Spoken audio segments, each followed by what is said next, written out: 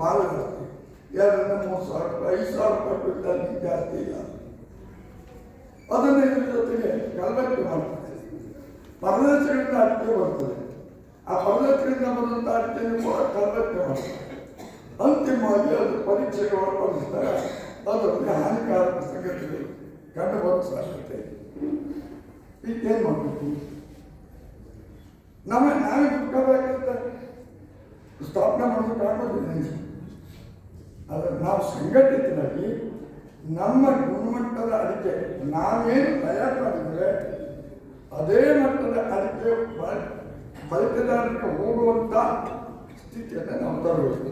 ಇದು ಕಟ್ಟುತ್ತ ಸರ್ಕಾರ, ಸರ್ಕಾರಿ ಸಂಸ್ಥೆಗಳು ಇವರೆಲ್ಲರೂ ಪ್ರಯತ್ನ ಮಾಡಿದರೆ ಸರ್ಕಾರ ಕೂಡ ನಮಗೆ ಸಹಕರಿಸಿದರೆ ಸ್ವಲ್ಪ ಮಟ್ಟಿಗೆ ಇದರ ಪರಿಹಾರ ಕಟ್ಕೊಳ್ಳೋದು ಸಾಧ್ಯ.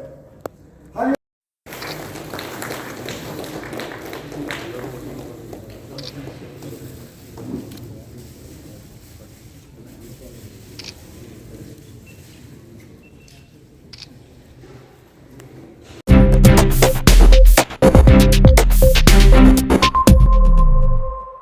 ವೀಕ್ಷಕ ಮಹಾಪ್ರಭುಗಳೇ, ನಮ್ಮ ಚಾನಲ್ ಅನ್ನು ಸಬ್ಸ್ಕ್ರೈಬ್ ಮಾಡಿ, ಶೇರ್ ಮಾಡಿ, ಪ್ರೋತ್ಸಾಹಿಸಿ.